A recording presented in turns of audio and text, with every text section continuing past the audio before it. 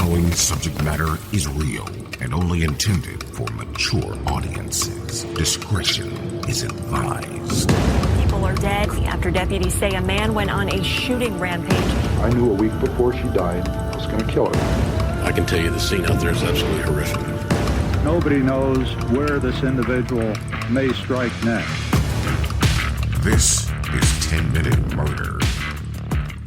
Hi, I'm Joe. I'm the host, and thank you for joining today. And I hope you're staying safe out there with this new Omicron variant that just dropped. What? Omicron? That doesn't sound right, but okay. Apparently it's Omicron, not Omarion. Hey, if today is your first time listening to this brief and bingeable true crime podcast, first of all, welcome, and take a look at where you're listening right now and subscribe so that you don't miss any future episodes of 10-Minute Murder. If when you listen today and one of your friends pops into your head and you think, hey, they might like this podcast, then by all means, please tell them about it. In the new year, I plan to have shirts, stickers, and all that kind of stuff printed up. And the holdup up until now has been, I can't decide if I like the logo of 10-Minute Murder enough to pay to have a bunch of stuff made up. And I'm not offending a graphic artist out there because I was the graphic artist that created it. And I'm hurting my own feelings here. I made the logo myself, and I'm always overly critical of my own work. So hopefully, if I can get over my own overthinking, I'll start sending out 10-Minute Murder stuff.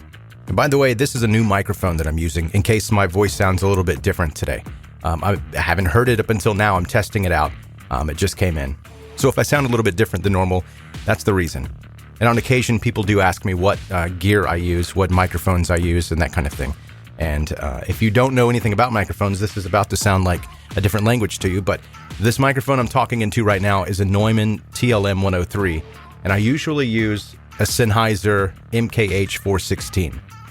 I have used an Electro Voice RE320. I have that right beside me. I've used a Rode NT1 and a Shure SM7B. In case it wasn't obvious, I like microphones and I buy more than I should. Okay, you didn't come here to listen to me talk about stickers and microphones, so let's get to today's story. By the late 1980s, over 40 dead bodies had turned up in Rostov, Russia, all killed and mutilated in the same way. As authorities were sure that the person responsible would continue killing until caught, they were desperate to find him. According to the initial profile of the killer, they were looking for a younger man, likely in his 30s, probably a grifter. As a result, no one was looking for someone in their 50s, a former military man and father of two, someone like Andrei Chikatilo. Andrei Romanovich Chikatilo was born on October 16, 1936, in a small Ukrainian village in the USSR that I can't pronounce. Back then, Ukraine was still going through the aftermath of a man-made famine engineered by the Soviet dictator Joseph Stalin to exterminate the Ukrainians. His policies eventually resulted in the loss of almost 4 million innocent lives, and people even resorting to cannibalism to survive. Andrei lived with his parents, who were both farm laborers, in a one-room hut. Throughout his childhood, Andrei's mother, Anna, repeatedly told him that he actually had an older brother who had been kidnapped and eaten by neighbors during the high peaks of famine. While the claim was never verified and no documentation has been found of Andrei's alleged brother, the story burned on the young man's mind and followed him all the way to adulthood. In addition to external hardships, Andrei suffered from hydrocephalus, which means water on the brain. The condition caused him a series of problems, including bedwetting, which was especially humiliating for Andrei because he slept in the same bed as his parents in their one-room hut. Even though their son could not help his condition, Anna sometimes beat Andrei for it. Another issue caused by hydrocephalus was Andrei's inability to sustain an erection. However, at this point in his life, that was the least of Andrei's problems. Around the early 1940s, the Nazis occupied Ukraine, causing young Andrei to live in a constant fear. On top of that, his father was captured during the war, held prisoner, and later branded a coward by his own countrymen when he finally returned home. Afterward, Andrei was often bullied for being a son of a person who let himself get caught. It's not really strange that Andrei later developed a twisted interest in stories about German prisoners being tortured by their Soviet army during World War II. A healthier coping mechanism would have been nice, but that's not what he was dealing with. After graduating from public school, Andrei tried to enroll at Moscow State University. but didn't get in because his grades were too low. So instead, Andrei completed his military service before returning to his native village. There, Andrei met a young woman, but after just 3 months together, their relationship ended due to his incompetence in bed. As if that was not hurtful enough, rumors about Andrei's impotence soon spread around town, leading to more ridicule. The final straw for Andrei, as he said in a 1993 interview, quote, "Girls were going behind my back, whispering that I was impotent. I was so ashamed. I tried to hang myself. My mother and some young neighbors pulled me out of the noose. Well, I thought no one would want such a shamed man. So I had to run away from there, away from my homeland." And so, still alive, Andrei found a job as a communications engineer in a town located north of Rostov on Don. He rented a small apartment close to his workplace, where his younger sister, Tatiana, moved in too. She soon expressed her concern about Andrei's lack of success with the opposite sex. So to do something about it, Tatiana arranged a meeting with a woman that she knew of named Fedosia, and a last name I can't pronounce. Her plan worked out very well. Fantastic, actually. Andrei and Fedosia got married in 1963.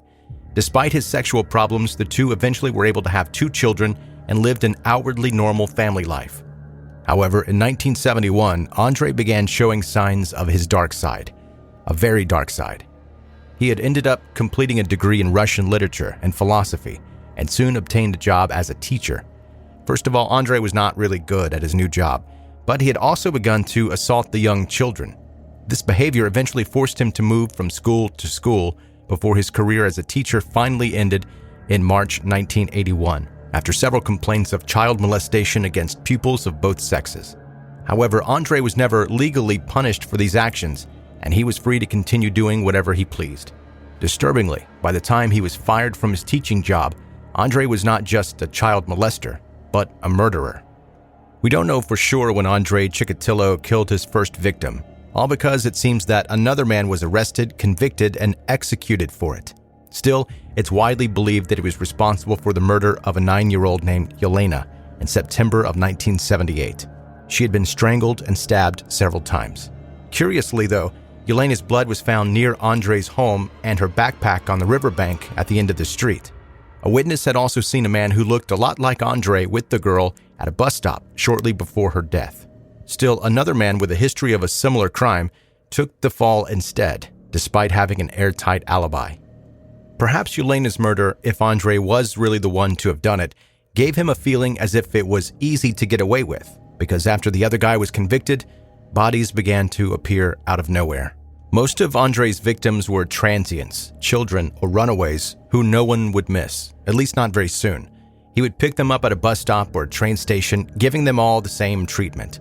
Andrei would stab and slash his victims to death, which he said was the only way he could reach orgasm at this point in his life. He would occasionally mutilate their bodies with his teeth and eat the sex organs or removed other body parts such as the tips of their noses or tongues.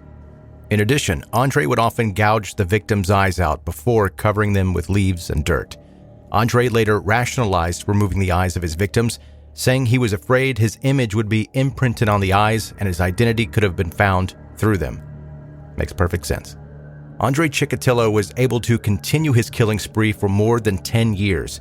However, he had actually been arrested once in September 1984 as 2 undercover detectives had seen him talking to a young woman at a Rostov bus station, where they believed the killer was searching for victims.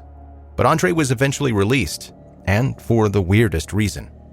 During the investigation, the police had found that Andrei's blood type did not match the semen sample they had taken from a victim.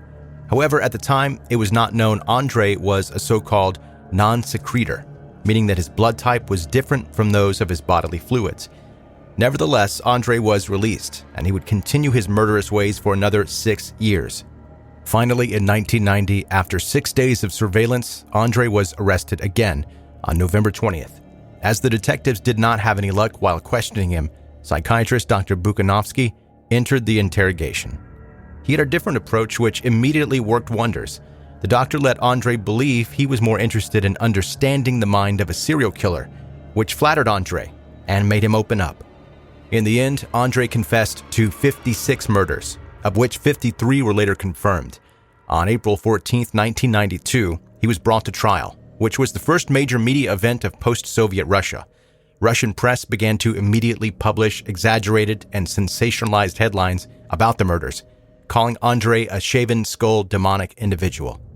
Throughout the trial, Andrei was held in an iron cage designed to keep him apart from the relatives of his many victims.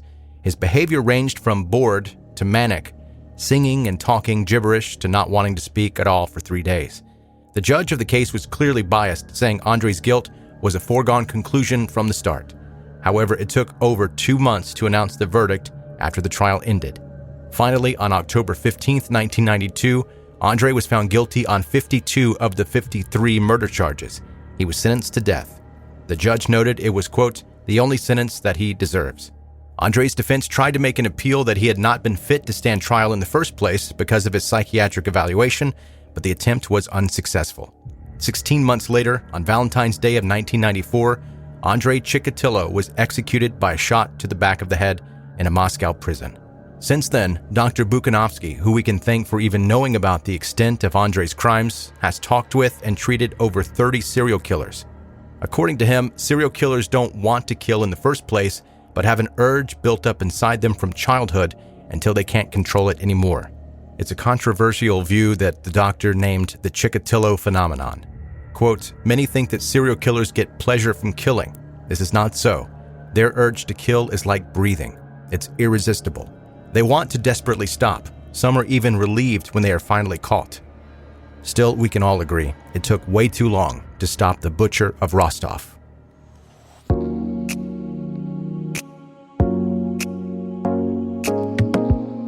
That's today's 10-minute murder. Brief and bingeable true crime. Thanks for listening today. And by the way, during the course of me researching this case and looking up different facts about the Andrei Chikatilo, and don't ask me how, because this is completely insane, but I came across this video that has absolutely nothing to do with Andrei Chikatilo. But someone in an online video called Shoes, Feet Prisons. All serious, no jokes. You're wearing the wrong shoes if it feels like your feet are in a prison. I personally have shoes that aren't the most comfortable, but you know what I do? I don't wear those shoes. Feet prison. Calm down. And I don't even think it has anything to do with the Andrei Chikatilo. I don't know how I got to that video, but it happened. Before you scoot out of here, make sure you are connected with 10 Minute Murder on social media. The links are in the show notes of this episode, or just go to Facebook, Instagram, or Twitter, type in 10 Minute Murder, and it'll pop right up. Thanks for listening to 10 Minute Murder. Stay safe and have a good night.